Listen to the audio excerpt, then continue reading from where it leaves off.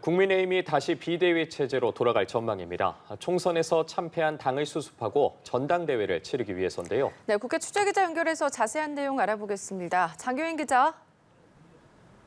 네, 국민의힘 4선 이상 중진 당선인들이 국회에 모여서 당 수습 방안을 논의했습니다. 차기 지도부를 언제 어떻게 구성할지 토론했는데요. 먼저 영상 보시겠습니다.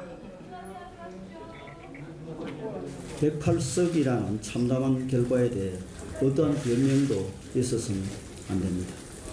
이제 우리는 국민의 신뢰와 지지를 다시 받을 수 있는 정당으로 거듭나는 여정을 시작해야 합니다. 윤재욱 원내대표 겸 대표 권한대행은 최고위원회가 없는 만큼 새 지도부를 뽑는 전당대회를 하기 위해선 당원 당규상 비대위가 필요하다고 했습니다. 어떤 인물을 중심으로 할진 아직 정해지지 않았습니다. 윤 권한대행은 내일 당선인 총회에서 마저 의견을 수렴하고 최종 결론을 내기로 했습니다. 수도권 위주로 재편해야 한다는 의견 등 다양한 목소리를 녹여서 지도체제를 정비할 걸로 전망했습니다. 대통령실을 향한 쓴소리도 이어졌습니다. 육선 고지에 오른 조경태 의원은 MBC 라디오에 출연해 대통령이 불통 이미지를 빨리 벗겨내야 한다고 했고, 김재섭 당선인은 YTN 라디오에서 윤석열 대통령이 이재명 대표 등을 만나는 건 국민에게 보내는 신호가 될 거라고 했습니다. 네, 이번에는 민주당으로 가보겠습니다. 이재명 대표가 총선 승리 후 첫 최고위원회의를 주재했죠. 어떤 메시지가 나왔습니까? 네, 이재명 대표는 고물가, 고금리, 고환율로 민생 경제가 악화일로를 걷고 있다며 대통령과 정부 여당이 정쟁이 아닌 민생에 집중해야 한다고 했습니다.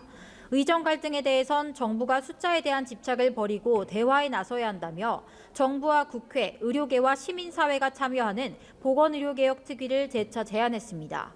대통령실 인사 개편에 대해서도 비판했습니다. 영상 보시겠습니다.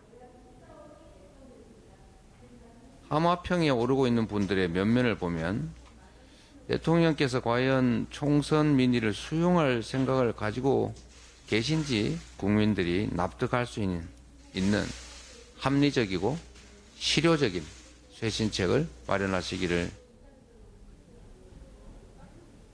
홍익표 원내대표는 남은 21대 국회 임기 내에 최상병 특검법을 처리하겠다고 강조했습니다.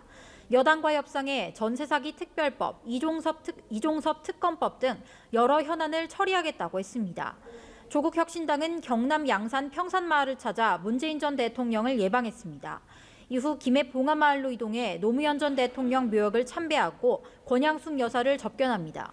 여기서 1박 2일간 워크숍을 열고 당 지도체제와 원내 전략을 논의할 계획입니다. 지금까지 국회에서 연합뉴스TV 장효인입니다.